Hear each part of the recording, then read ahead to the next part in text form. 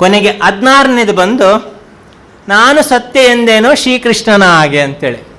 ತುಂಬ ಮಂದಿ ನಗು ಬರ್ಬೋದು, ಯಾವಾಗಲೂ ಕೃಷ್ಣ ಸತ್ಯ ಅಂತ ಹೇಳಿದ್ದು ಅಂತೇಳಿ.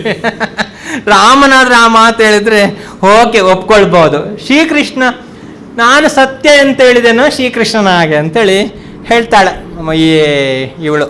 ಕೃಷ್ಣ ಎಲ್ಲೂ ಸುಳ್ಳು ಹೇಳಿಲ್ಲ. ನಿಮಗೆ ಪ್ರೀತಿ ಇರಲಿ ಪ್ರೀತಿ ಇಲ್ಲದಿರಲಿ, ಕೃಷ್ಣ ಯಾವತ್ತೂ ಸುಳ್ಳು ಹೇಳಿಲ್ಲ. ಕೃಷ್ಣನ ಕೆಲವು ಆ್ಯಕ್ಟಿವಿಟೀಸ್ ಸುಳ್ಳು ಹೇಳಿದಾಗೆ ಕಾಣ್ತದೆ ನಮಗೆ, ಆದರೂ ಕೂಡ ಕೃಷ್ಣ ಸುಳ್ಳು ಹೇಳಿಲ್ಲ. ಕೃಷ್ಣ ಒಮ್ಮೊಮ್ಮೆ ಆ ಕಡೆ ಮನೆಯವ್ರದ್ದು ಈ ಕಡೆ ಮನೆಯವ್ರದ್ದೆಲ್ಲ ಬೆಣ್ಣೆ ಕದ್ದು ತಿಂತಾನೆ. ಕದ್ದು ತಿಂದು ಯಾವಾಗ ಬೆಣ್ಣೆ ಇಟ್ಕೊಳ್ತಾರೆ ಅವನನ್ನು, ಕೃಷ್ಣನನ್ನು, ನಾನು ಕದಿಲಿಲ್ಲ ಅಂತ ಒಂದೇ ಒಂದು ಗೊಬ್ಬೆ ಹಾಕ್ಲಿಕ್ಕೆ ಸ್ಟಾರ್ಟ್ ಮಾಡ್ತಾನೆ. ನಾನು ಕದಿಲಿಲ್ಲ ಅಮ್ಮ, ನಾನು ಕದಿಲಿಲ್ಲ ಅಂತೇಳಿ.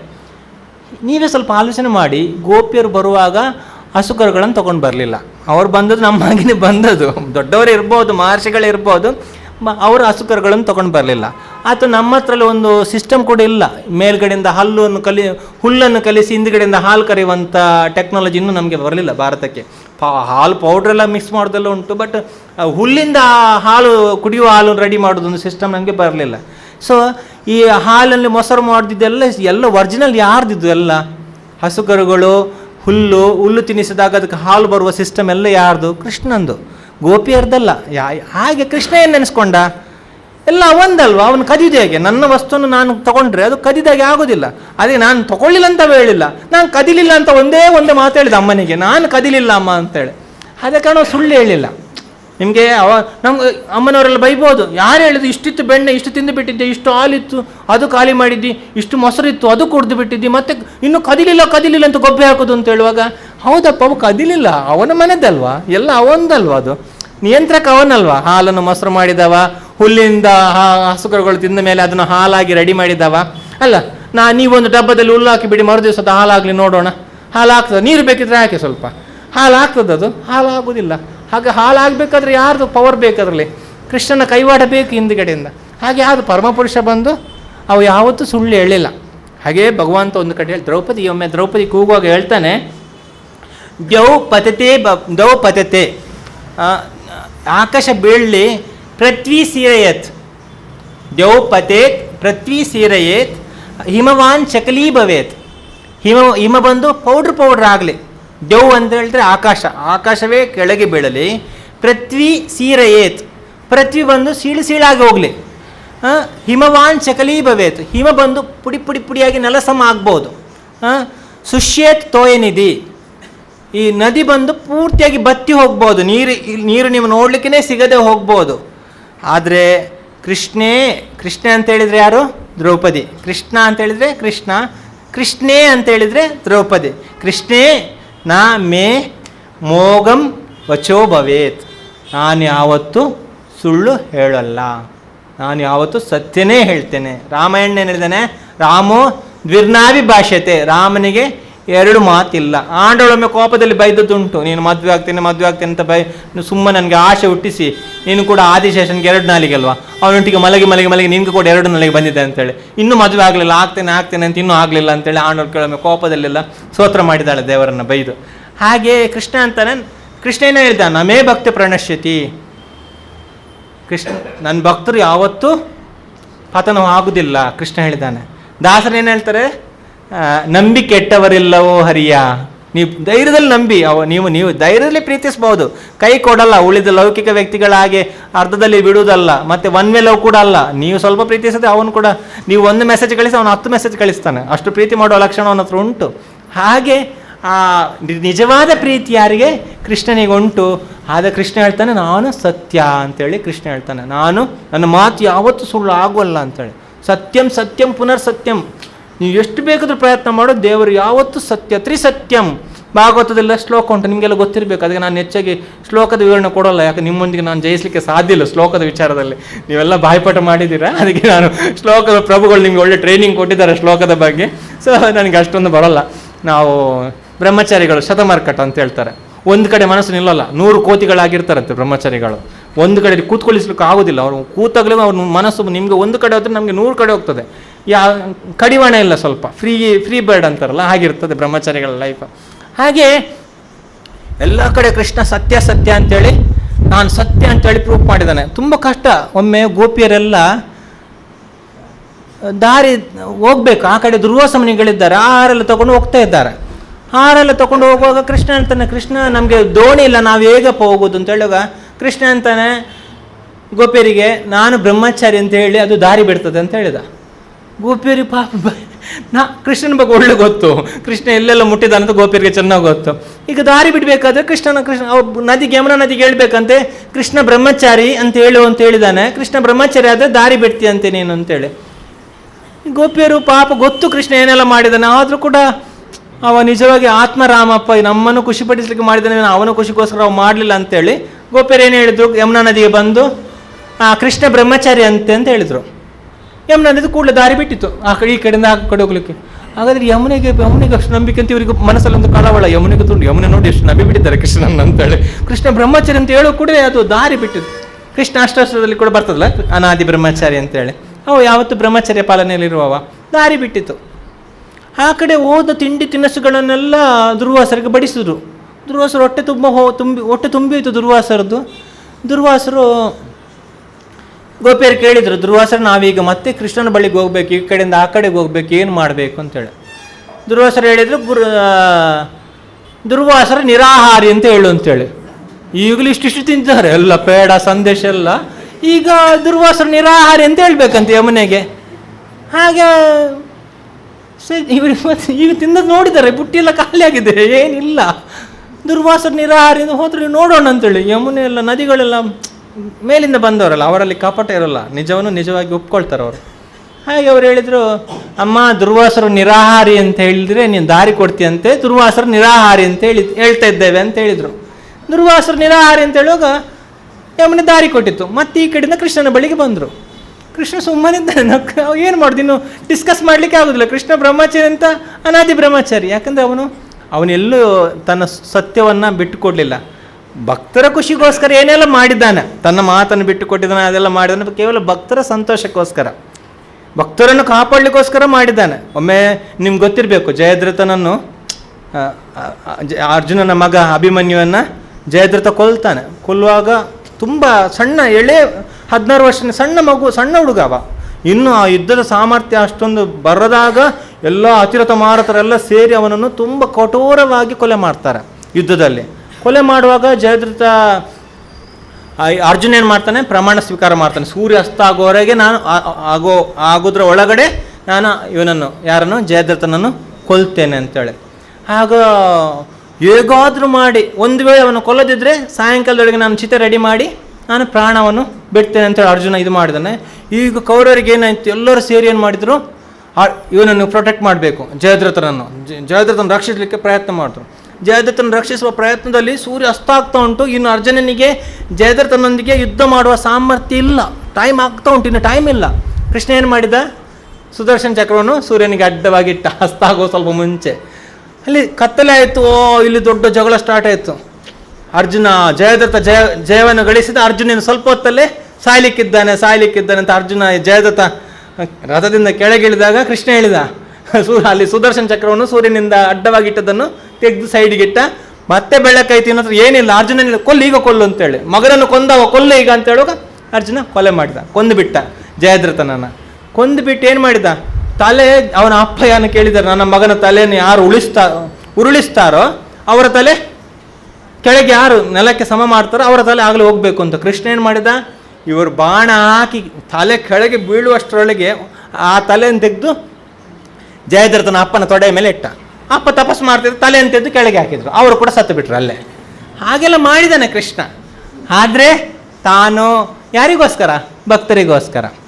ಒಮ್ಮೆ ಏನಾಯ್ತು ಅಂತೇಳಿ, ದ್ರೌಪದಿ ಈ ಭೀಮನಿಗೂ ಕೌರವನಿಗೂ ಯುದ್ಧ ಆಗುವಾಗ ಇವ ಮಡುವಿನೊಳಗೆ, ಒಂದು ಮಡು ಅಂತ ಹೇಳಿದ್ರೆ ಗೊತ್ತಲ್ಲ, ನೀರಿನೊಳಗೆ ಇದಾಗ್ತಾನೆ, ನೀರಿನ ಒಳಗಡೆ ಹೋಗಿ ಅಡಿಗೆ ಕೂತ್ಕೊಳ್ತಾನೆ.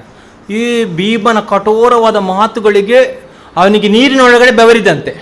ಹೇಗಿರಬೇಕು ಮಾತು, ನೀರಿನೊಳಗಡೆ ಬೆವರು ಬರಬೇಕಾದ್ರೆ ಅವನಿಗೆ ಬೆವರ್ತಾ ಉಂಟು ದುರ್ಯೋಧನಿಗೆ ಇವನ ಮಾತು ಕೇಳಿ. ಅಷ್ಟು ಬೆವರಿ ಕೂಡ ಮತ್ತೆ ಹೊರಗೆ ಬಂದು, ಏನಾದರೂ ರಾಕ್ಷಸ ಸ್ವರೂಪ, ದೇವರನ್ನು ಅಷ್ಟು ಬೇಗವಾಗಿ ಅವರು ಒಪ್ಕೊಳ್ಳೋದಿಲ್ಲ. ಹಾಗೆ ಹೊರಗೆ ಬಂದವೇನು ಮಾಡಿದ, ಹೊರಗೆ ಬಂದ ಕೂಡಲೇ ಇವರೆಲ್ಲಿದ್ದಾರೆ, ಪಾಂಡವರೆಲ್ಲಿದ್ದಾರೆ, ದುರ್ಯೋಧನ, ಅರ್ಜುನ, ದುರ್ಯೋಧನ ಹೇಳ್ತಿದ್ದಾನೆ, ಇಲ್ಲಿ ಭೀಮ ಇದ್ದಾನೆ, ಅರ್ಜುನನಿದ್ದಾನೆ, ನಕುಲ ಸಹದೇವರಿದ್ದಾರೆ, ದ್ರೌಪದಿ ಕೂಡ ಇದ್ದಾಳೆ. ಹೇಳ್ದ, ನೀವೆಲ್ಲ ಮೋಸ ಹೋಗಿದ್ದೀರಿ, ನೀವು ಕೃಷ್ಣ ಕೃಷ್ಣ ಕೃಷ್ಣ ಅಂತ ಅವ ಹಿಂದ್ಗಡೆ ಹೋಗಿದ್ರಲ್ಲ, ನಿನ್ಗೇನು ಸಿಕ್ಕಿದೆ? ಏನು ನಿಮಗೆ ಏನು ಲಾಭ ಆಗಿದೆ ಹೇಳಿ? ನೀನು ಸಣ್ಣ ಪ್ರಾಯದಿಂದ ಕೃಷ್ಣ ಕೃಷ್ಣ ಅಂತೇಳಿ ಹಿಂದ್ಗಡೆ ಹೋಗಿದ್ದೀರಲ್ಲ, ನೀವು ವನವಾಸಕ್ಕೆ ಹೋಗಿದ್ದೀರಾ, ನಿಮ್ಮ ಹೆಂಡತಿಗೆ ಮಾನಭಂಗ ಆಗಿದೆ. ಅಲ್ಲ, ನಮಗೆ ಅಲ್ಲ ಅವಮಾನ ಆದರೆ ನಾವು ಸಹಿಸ್ಕೊಳ್ಳೋದಿಲ್ಲಲ್ಲ. ಅವಮಾನ ಆದರೆ ಒಳ್ಳೇದು ಅಂತೇಳಿ ಪ್ರಭುಗಳ ಬುಕ್ಕಲ್ಲಿ ನಾನು ಓದಿದ್ದೇನೆ. ಅವಮಾನ ಆದರೆ ಒಳ್ಳೇದು. ಕಪಟ ಇದು ಯಾರಿಗೆ? ಧ್ರುವ ಮಹಾರಾಜನಿಗೆ ಅವಮಾನದ ಕಾರಣ ಏನಾಯಿತು? ಅಪರೋಕ್ಷ ಕೃಷ್ಣನು ಅಪರೋಕ್ಷನಾದ, ಪರೋಕ್ಷನಾಗಿರ್ತಕ್ಕಂಥ ದೇವತೆಗಳು ಆ ಭಗವಂತ ಸಿಕ್ಕಿಬಿಟ್ಟ. ದ್ರೌಪದಿಗೆ ಅವಮಾನದ ಕಾರಣ ಏನಾಯಿತು? ಕೃಷ್ಣ ಸಿಕ್ಕಿದ. ಅವಮಾನ ಆದರೆ ನಾವು ಒಮ್ಮೆಲೆ ಇನ್ನು ಬದುಕೋ ಮಾರ್ಗ ಇಲ್ಲ ಅಂತೇಳಿ ನಾವು ಹಗ್ಗಕ್ಕೋ ಅಥವಾ ನೀರಿಗೆ ಇಳುವ ಇದು ಕೂಡ ಪ್ಲ್ಯಾನ್ ಮಾಡಬಾರ್ದು. ಈಗೆಲ್ಲ ಬೋರು, ಎಲ್ಲಿ ಬಾವಿ ಕೂಡ ಸಿಗೋದಿಲ್ಲ, ಹಗ್ಗ ಆಗ್ಲಿಕ್ಕೆ ಮರ ಕೂಡ ಇಲ್ಲ, ಎಲ್ಲ ಪ್ಲಾಸ್ಟಿಕ್ ಎಲ್ಲ ಕಟ್ ಮಾಡಿಟ್ಟಿದ್ದಾರೆ. ಹೀಗೆ ಹಾಗೆ ನಾವು ಜೀವನದಲ್ಲಿ ಇನ್ನು ಜಿಗುಪ್ಸೆ ಒಂದೇ, ಇನ್ನು ಅವಮಾನ ಆಯಿತು, ನಾನಿನ್ನು ಮುಖ ತೋರಿಸೋದು ಏಕೆ ಅಂತೇಳಿ. ಇದು ಇವತ್ತೆಲ್ಲ ನಾಳೆ ಹೋಗೋದು. ನೀವು ಮುಖ ತೋರಿಸದಿದ್ದರೂ ಕೂಡ ಒಂದಿನ ತೋರಿಸಲಿಕ್ಕೆ ಸಿಗೋದಿಲ್ಲ, ಹೋಗ್ತದೆ ನಮ್ಮನ್ನು ಬಿಟ್ಟ. ಹಾಗೆ ಅವಮಾನ ಆಯಿತು ಅಂತೇಳಿ ನಾವು ಇದು ಮಾಡಬಾರ್ದು. ಹಾಗೆ ಇವ ಹೇಳ್ತಾನೆ, ನೀವು ಕೃಷ್ಣನ ನಂಬಿದ್ದೀರಾ, ನಿಮ್ಗೇನು ಸಿಕ್ಕಿದೆ ಹೇಳಿ? ದ್ರೌಪದಿಗೆ ಅವಮಾನ ಆಯಿತು, 10 ಜನರ ಮುಂದೆ ನಾವು ಸೀರೆ ಎಳೆದು ಬಿಟ್ಟೆವು, ನಿಮ್ಮನ್ನು ಕಾಡಿಗೆ ಕಳಿಸಿಬಿಟ್ಟೆವು. ಅರ್ಜುನ ವೀರಾದಿ ವೀರ ಒಂದು ನಪುಂಸಕನ ರೂಪದಲ್ಲಿ ಡ್ಯಾನ್ಸ್ ಮಾಡಲಿಕ್ಕೆ ಸಿಕ್ಕಿದೆ, ಯೋಗಿಯಾಗಿ ಬಿಟ್ಟಿದ್ದಾನೆ. ನಕುಲ ಸಹದೇವರು ಗತಿಲ್ಲದೆ ತಿರುಗಿದ್ದಾರೆ, ಅಲ್ಲಿ ಅಡಿಗೆ ಮಾಡಿಕೊಂಡು ಬದುಕಿದಾವ ಕಿಚನಲ್ಲಿ ವಿದರ್ಭಂದು, ಹಾಗೆ ಹೀಗೆ ಅಂತೇಳಿ ದುರ್ಯೋಧನ ಸಿಕ್ಕಾಪಟ್ಟೆ ಮಾತಾಡ್ತಿದ್ದಾನೆ. ನಿಮಗೆ ಕೃಷ್ಣನ ನಂಬಿದವರಿಗೆ ನಿಮ್ಗೆ ಏನು ಸಿಕ್ಕಿದೆ? ನನ್ನ ಮಾತು ಈಗಾದರೂ ಕೇಳಿ ಕೃಷ್ಣನ ಬಿಟ್ಟು ಬಿಡಿ ಅಂತೇಳಿ. ಕೃಷ್ಣನ ನೀವು ಬಿಟ್ಟು ಬಿಟ್ಟರೆ ನನ್ನಾಗೆ ಬದುಕ್ಬೋದು. ಈಗ ಸಾಯೋದು ಇವತ್ತಲ್ಲ, ನಾಳೆ ಸಾಯೋದಲ್ಲ, ಏನುಂಟು? ಅಷ್ಟವರೆಗೆ ನಾನು ಎಂಜಾಯ್ ಮಾಡಿದ್ದೇನಲ್ಲ ಈ ಪ್ರಪಂಚವನ್ನು. ರಾಕ್ಷಸರ ಸವಾಲು ಹೀಗಿರ್ತದೆ. ನಾನು ಕೃಷ್ಣನನ್ನು ಬಿಟ್ಟಿದ್ದೇನೆ, ಒಳ್ಳೆ ರಾಯಭಾರ ಮಾಡಿದ್ದೇನೆ, ನನಗೆ ಬೇಕಾದನ್ನು ತಿನ್ನಿದ್ದೇನೆ, ನನಗೆ ಯಾರೊಟ್ಟಿಗೆ ಅನುಭವಿಸಬೇಕು ಆ ಸ್ತ್ರೀಯನ್ನೇ ನಾನು ಅನುಭವ ಮಾಡಿದ್ದೇನೆ. ನೀವು ಕೃಷ್ಣನನ್ನು ಸುಮ್ಮನೆ ನಂಬಿ ಮೋಸ ಓದಿದ್ದೀರಿ. ಕೃಷ್ಣ ದೇವರಲ್ಲ ಅಂತೇಳಿ, ಅವ ಸತ್ಯವಾದ ಪುರುಷನೇ ಅಲ್ಲ ಅಂತೇಳಿ ಕೌರವ ಹೇಳಿಬಿಟ್ಟ. ಪಾಪ ಇವನ್ನೆಲ್ಲ ಹೇಳುವಾಗ ಸ್ವಲ್ಪ ಕೆಲವು ನೀವು 10 ಸಲ ಯಾರ ಒಂದು ಕರುವನ್ನು ಹಿಡ್ಕೊಂಡಿದ್ದು, ಕರುವಲ್ಲ ಹುಲಿ ಹುಲಿ ಅಂತ ಒಂದು ಸಲ ಹೇಳಿದರೆ ಹೇಳುವಾಗ ಇಲ್ಲ ಅದು ಕರು ಮಾರ್ಯಾರೆ ಅಂತೇಳಿ, 2 ಸಲ ಕರು ಅಂತ 10 20 ಸಲ ಹೇಳಿದರೆ ಒಂದು ಪುಲಿಯೇ ಅಂತ ಹೇಳಿದರೆ ಪುಲಿ ಅದು ಉಪ್ಪು ಅಂತೇಳಿ ಜನರಿಗೆ ಒಂದು ತುಂಬ ಸಲ ಹೇಳಿದರೆ ಮತ್ತೊಂದು ಡೌಟು, ಅದು ಅವರವರ ಮನಸ್ಸನ್ನು ಬದಲಾಯಿಸ್ತಾರೆ ಇರ್ಬೋದು ಅಂತೇಳಿ. ಹಾಗೆ ಇವ ಪರಮಪುರುಷ ಅಲ್ಲ, ಇವ ಸತ್ಯಪುರುಷ ಅಲ್ಲ ಅಂತೇಳಿ, ಸತ್ಯಾತ್ಮಕ ಅಲ್ಲ, ಇವ ಸತ್ಯವಾನ್ ಅಲ್ಲ, ಇವ ಕಳ್ಳ ಮಾಯಾವಿ ಕಪಟ ನಾಟಕ ಸೂತ್ರಧಾರ, ನಿಮ್ಮನ್ನು ಯಾವುದು ಸ್ವಲ್ಪ ಮ್ಯಾಜಿಕ್ ವಿದ್ಯೆಯಲ್ಲೇ ಕಲ್ತಿದ್ದಾನೆ, ಇವನ ಯಕ್ಷಿಣಿ ವಿದ್ಯೆಯೆಲ್ಲ ಕಲ್ತಿದ್ದಾನೆ, ಕಲಿತು ನಿಮ್ಮನ್ನು ನಟಿಸ್ತಾ ಇದ್ದಾನೆ ದೇವರಾಗಿ, ಇವನು ದೇವರಲ್ಲ ಅಂತ ಹೇಳಿದರು. ಧ್ರುವ ಎಲ್ಲರಿಗೆ ಡಲ್. ದುರ್ಯೋಧನ ಯಾರಿಗೆ? ಧರ್ಮರಾಜರಿಗೆ, ಭೀಮನಿಗೆ, ನಕುಲ ಸಹದೇವರಿಗೆ, ಅರ್ಜುನರಿಗೆ, ದ್ರೌಪದಿಗೆ ಅದು ಒಂದೇ ಕಣ್ಣೀರು. ಪಾಪ ಇವನು ಹೇಗೆ ದೇವರಲ್ಲ ಅಂತ ನಂಬೋದು? ನನ್ನನ್ನು ಆ ಟೈಮಲ್ಲಿ ಒಂದು ರಕ್ಷಣೆ ಮಾಡಿದ್ದಾನೆ ಅಲ್ಲ. ಮತ್ತು ಒಮ್ಮೆ ಆ ಅಕ್ಷಯ ಪಾತ್ರೆಯಲ್ಲಿ ಒಂದು ಧಾನ್ಯವನ್ನಿಟ್ಟು ದ್ರೌಪದಿಯನ್ನು ಇದು ಮಾಡಿದಾನಲ್ಲ, ರಕ್ಷಣೆ ಮಾಡಿದ್ದಾನೆ. ಬೇರೆ ಬೇರೆ ರೀತಿಯಲ್ಲಿ ಅವಳಿಗೆ ಒಳ್ಳೆ ಅನುಭವ ಆಗಿದೆ ಕೃಷ್ಣ ಸಾಕ್ಷಾತ್ ಪರಮ ಸತ್ಯ ಅಂತೇಳಿ. ಮತ್ತೀಗ ದೇವರಲ್ಲ ಅಂತ ಹೇಗೆ ಒಪ್ಪುದು? ಕೌರವ ಹೇಳಿದ ಪ್ರಭಾವ. ನಾವು ಯಾವಾಗಲೂ ದುಷ್ಟ ಜನರೊಟ್ಟಿಗೆ ಸಹವಾಸ ತುಂಬ ದೂರದಲ್ಲಿರಬೇಕು. ಯಾಕಂದರೆ ಸಣ್ಣ ಸಣ್ಣ ಒಂದೊಂದು ಪಾಯಿಂಟ್ ಕೂಡ ನಮ್ಮನ್ನು ಕೆಲವೊಮ್ಮೆ ಕೆಟ್ಟ ದಾರಿಯಲ್ಲಿ ಕರ್ಕೊಂಡು ಹೋಗ್ಬೋದು.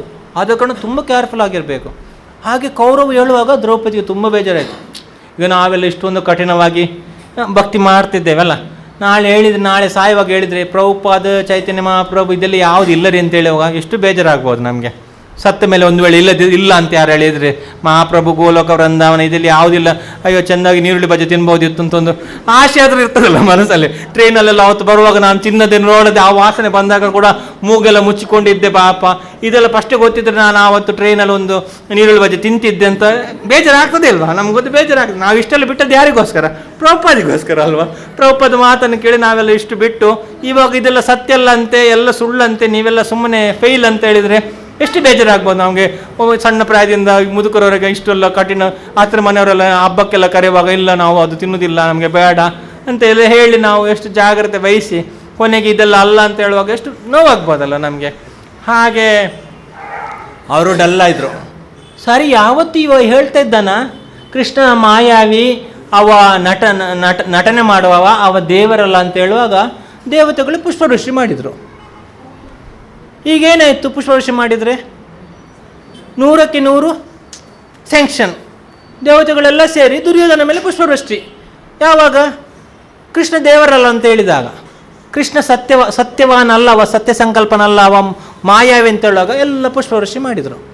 ದ್ರೌಪದಿಗೆ ಇನ್ನೂ ತಡಿಲಿಕ್ಕಾಗಲಿ, ಯಾಕಂದರೆ ದೇವತೆಗಳು ಯಾವತ್ತೂ ಸುಳ್ಳು ಹೇಳಲ್ಲ. ಕೃಷ್ಣ ಏನಿದು ಏನಿದು ಅಂತೇಳಿ ದ್ರೌಪದಿ ಕೃಷ್ಣನ ಕಾಲಿಗೆ ಅಡ್ಡ ಬಿದ್ದು ಕೂಗ್ತಿದ್ದಾಳೆ. ಕೃಷ್ಣ ಏನಾಯಿತು, ಯಾಕೆ ಹೀಗಾಯಿತು ಅಂತೇಳಿ ಕೂಗ್ತಿದ್ದಾಳೆ.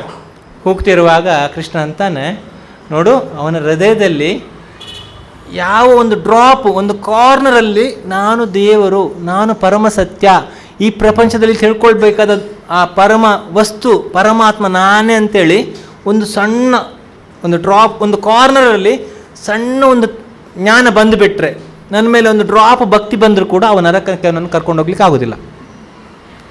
ನಾನು ದೇವರು ಅಂತೇಳಿ ಅವನಿಗೆ ಯಾವತ್ತಾದ್ರೂ ಒಂದು ಡ್ರಾಪ್ ಅವನ ಚಿಂತನೆಯಲ್ಲಿ ಬಂದರೆ ಅವನು ನನಗೆ ಪ್ರಕೃತಿ ನರಕಕ್ಕೆ ಕಳಿಸೋದಿಲ್ಲ. ಸರಿ ಮಾಡಿದೆಲ್ಲ ಮಾಡಿದ, ನೀನೊಂದು ಅವಕಾಶ ಕೊಡುವ ಅಂತೇಳಿ ಪ್ರಕೃತಿ ಏನು ಮಾಡ್ತದೆ, ಇನ್ನೊಂದು ಜನ್ಮ ಕೊಡ್ತದೆ. ಇನ್ನೊಂದು ಜನ್ಮ ಕೊಟ್ಟು ಸರಿ ನಿಮಗೆ ಲಾಸ್ಟ್ ಒಂದು ಕೋರಿಕೆ ಬಂತಲ್ಲ, ಕೃಷ್ಣ ದೇವರು, ಆ ದೇವರನ್ನು ನನ್ನ ಇದು ಕಣ್ಣು ಮುಂದೆ ಆ ದೇವರು ಇರುವಾಗ ನಾನು ಆ ದೇವರನ್ನು ಬಿಟ್ಟು ನನ್ನ ಇಷ್ಟ ಪ್ರಕಾರ ನಾನು ಬದುಕಿದ್ದೇನಲ್ಲ, ದೇವರು ಹೇಳಿದ ಮಾತನ್ನು ಕೇಳಿಲ್ವಲ್ಲ, ದೇವರು ಜಾಗೆ ಕೊಡು ಅಂತ ಹೇಳುವಾಗ ನಾನು ಕೊಡಲಿಲ್ಲ, ಪಾಂಡವರನ್ನು ಬಿಡು ಅಂತ ಯುದ್ಧಕ್ಕೆ ಶಾಂತಿಗೆ ಬಾ ಅಂತ ಹೇಳುವಾಗ ನಾನು ಬರಲಿಲ್ಲ, ಆಗಲೂ ನೋವು ಉಂಟಾಗ್ತದಲ್ಲ ಹೃದಯದಲ್ಲಿ.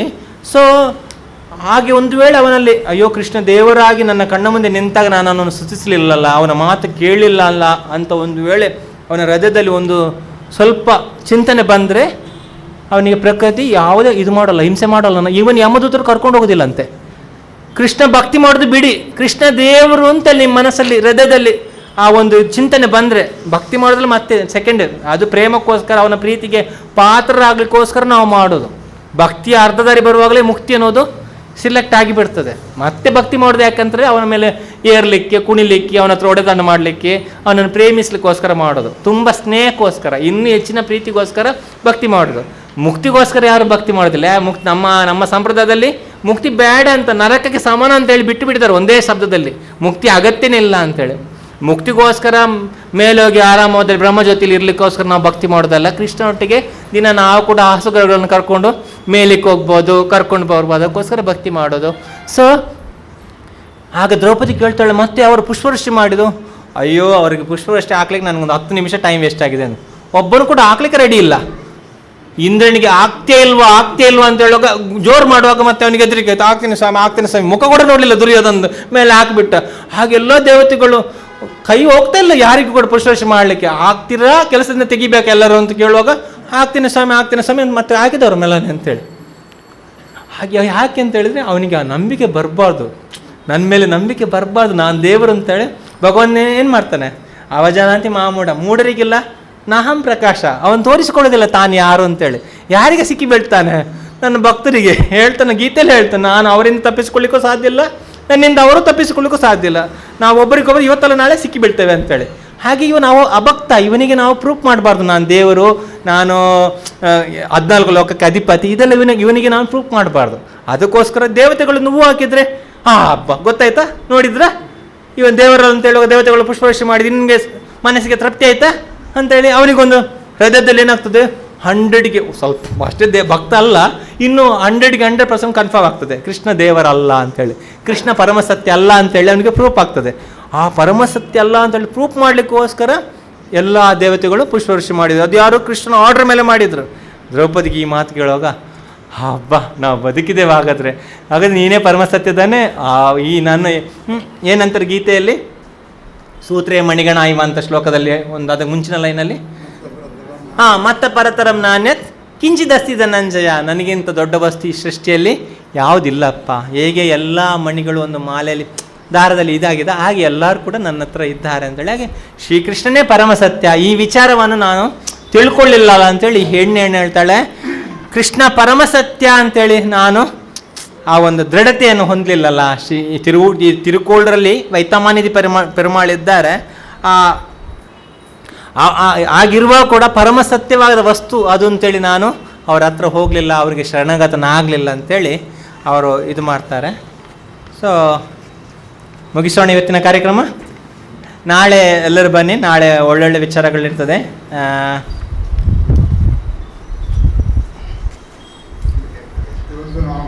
ಏಕಾದಶಿ ಹೌದು, 16ರವರೆಗೆ, 12ರಿಂದ 16ರವರೆಗೆ ನಾವು ನಿನ್ನೆ ಕಾರ್ಯಕ್ರಮ ಭಾಳ ತರೋದಾಗಿದೆ ನಾನು ನಿಮ್ಗೆ ಹೇಳಿದ್ದೆ. ಈಗ ಅದನ್ನು ತಿರುಗಿಸಿ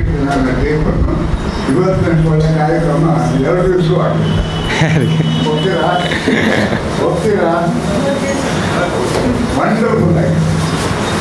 ಆದ ಕಾರಣ ಇನ್ನೂ ನಾಳೆ ಕಾರ್ಯಕ್ರಮ ಅದಕ್ಕಿಂತಲೂ ಒಳ್ಳೆಯದಾಗ್ತದೆ ನಮಗೆ ಯಾವ ಸಂಶಯ ಬೇಡ. ಬ್ರಹ್ಮಚಾರಿಗೆ ದೇವರ ಅನುಗ್ರಹ ಪರಿಪೂರ್ಣ ಇದೆ. ಹರೇ ಕೃಷ್ಣ. ಖಂಡಿತವಾಗಿ ಇವರು ದೊಡ್ಡ ಹೊರಟಾಗ್ತಾರೆ.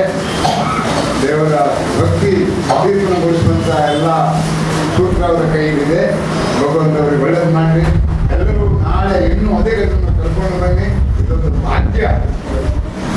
ಸುಮ್ಮನೆ ಬಂದು ಕೂತ್ಕೊಂಡ್ರೆ ಕಿವಿಗೆ ವ್ಯವಸಾಯ ಹಾಗೆ ನಿಂತಾರೆ. ಆದ ಕಾರಣ ದಯಮಾಡಿ ಇನ್ನು ಅದೇ ಗತಿಯನ್ನು ಕರ್ಕೊಂಡು ಬನ್ನಿ. ಎಲ್ಲರೂ ಪ್ರಸಾದ ಸ್ವೀಕಾರ ಮಾಡಿ ಹೋಗ್ಬೇಕು ಕೇಳ್ಕೊಳ್ತಾ ಇದ್ದೇನೆ. ಪ್ರಸಾದ ಸ್ವೀಕಾರ ಮಾಡಿ ಹೋಗ. ಹರೇ ಕೃಷ್ಣ ಹರೇ ಕೃಷ್ಣ ಕೃಷ್ಣ ಕೃಷ್ಣ ಹರೇ ಹರೇ ಹರೇ ರಾಮ ರಾಮ ರಾಮ ಹರೇ ಹರೇ. ನಾಳೆ 4 ಗಂಟೆಗೆ ಎಲ್ಲರೂ ಬರ್ಬೇಕಂತ ಪುನಃ ಕೇಳ್ಕೊಳ್ತಾ ಇದ್ದಾರೆ. ಹರೇ ಕೃಷ್ಣ.